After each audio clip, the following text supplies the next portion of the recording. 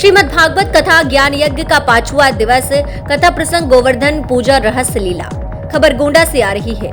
कृष्ण बाल लीला होली दिवस पर भगवान की अनंत लीलाओं में छुपे गुण आध्यात्मिक रहस्यों की कथा। जहां पर गोंडा शहर में 7 दिवसीय श्रीमद् भागवत ज्ञान कथा का चौथा दिन आज शाम की कथा प्रसंग गोवर्धन पूजा रहस्य लीला कथा सुनने के लिए दूर दराज से भारी संख्या में महिलाएं भक्तगण पहुंच रहे हैं, कथा का आनंद भी ले रहे हैं। कल कथा थी कृष्ण बाल लीला। होली दिवस पर भगवान की अनंत लीलाओं में छुपे गुण आध्यात्मिक रहस्यों को कथा प्रसंगों के माध्यम से उजागर करते हुए दिव्य ज्योति जागृति संस्थान के संस्थापक एवं संचालक आशुतोष महाराज जी की शिष्य सुश्री पदहस्ता भारती जी ने बाल लीला के विभिन्न प्रसंगों के आध्यात्मिक अर्थ को समझाया।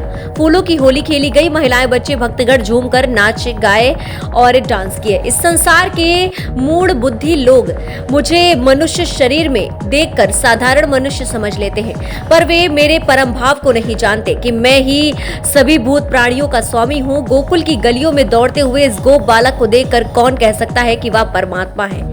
भगवान श्री कृष्ण ने गोपियों के घरों से माखन चोरी की। इस घटना के पीछे भी आध्यात्मिक रहस्य है। दूध का सारा तत्व माखन है। उन्होंने गोपियों के घर से केवल माखन चुराया, अर्थात सारा तत्व को ग्रहण किया और असार को छोड़ दिया। प्रभु, हमें समझना चाहिए कि सृष्टि का सारा तत्व परमात्मा है, इसलिए सार संसार के नश्वर भोग पदार्थों की प्राप्ति में अपने समय, साधन और सामर्थ्य को अपव्यय करने की अपेक्षा हमें अपने अंदर स्थित परमात्मा को प्राप्त करना चाहिए। इसी से जीवन का कल्याण संभव है।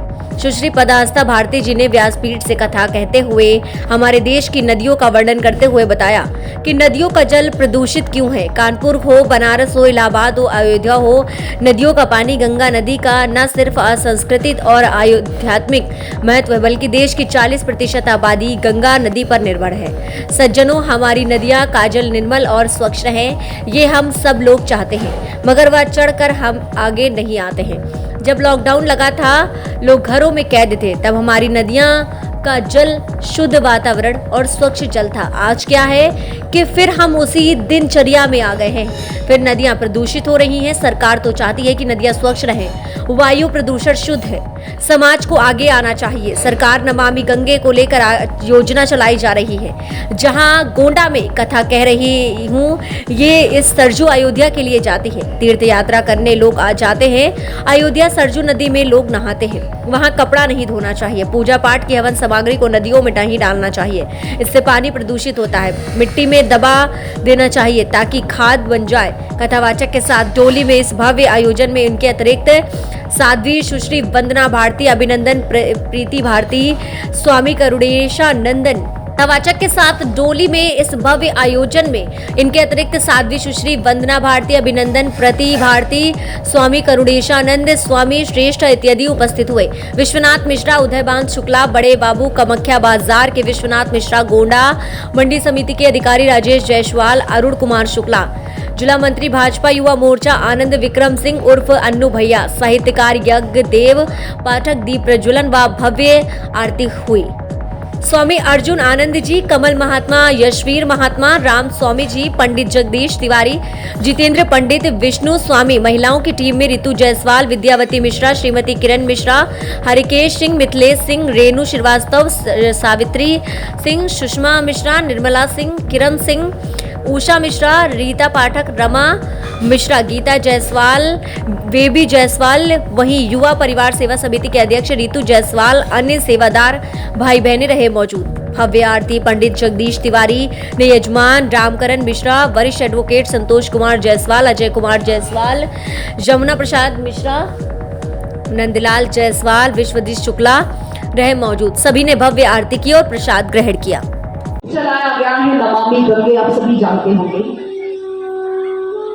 लेकिन सज्जनों, क्या वो हमारे प्रयास के बिना और हमारे सहयोग के बिना क्या पूरा हो सकता है? प्रयास हमें भी करने होंगे। हम जल को शुद्ध रखने का प्रयास करें, अपने नदियों को शुद्ध रखने का प्रयास करें। कितने लोग हैं जिनको ये चिंता सताती है। आज 2020 में जब लगभग 2 साल के लिए लॉकडाउन लगा था, याद है आपको वो समय? सज्जनों, उस समय एक न्यूज आई थी कि सरयू का जल बिल्कुल स्वच्छ हो गया। कमाल की बात है। देखिए, इतने वर्षों से जिसके भीतर कूड़ा करकट इतनी गंदगी पड़ी हुई थी, वो लॉकडाउन में स्वच्छ गिनी गई है, उसकी स्वच्छता निखर कर चली आई। आप कारण जान सके, कारण समझ सके, क्योंकि मनुष्य पर प्रतिबंध लगा हुआ था, घर में बंद था। अब गंदगी फैलाने वाला कोई नहीं है, इसे शरीर स्वच्छ हो गए, गंगा की निर्मलता बढ़ने लगी, हमारी नदियों की निर्मलता बढ़ने लगी, क्योंकि मनुष्य उसके भीतर किसी प्रकार की गंदगी डाल ही नहीं पा रहा था। क्या कहेंगे? लेकिन फिर आज उसी स्थिति पर हमारी नदियां पहुंचती जा रही है सज्जनों, क्योंकि फिर मानव आजाद हो गया है पिंजरों से, फिर अपने उसी कृत्य पर वो आ गया है। लेकिन प्रकृति का कोप झेला है सज्जनों। हमने विचार कीजिए, एक कोरोना वायरस सिर्फ एक ऑर्गेनिज्म था, दुनिया हिलाकर रख दी। इस प्रकृति ने यदि ऐसे अनेक और जीवाणुओं को जन्म दे दिया सज्जनों, कहां जाएंगे? इसे प्रकृति का रक्षण नितांत आवश्यक है। प्रकृति को माता कहा जाता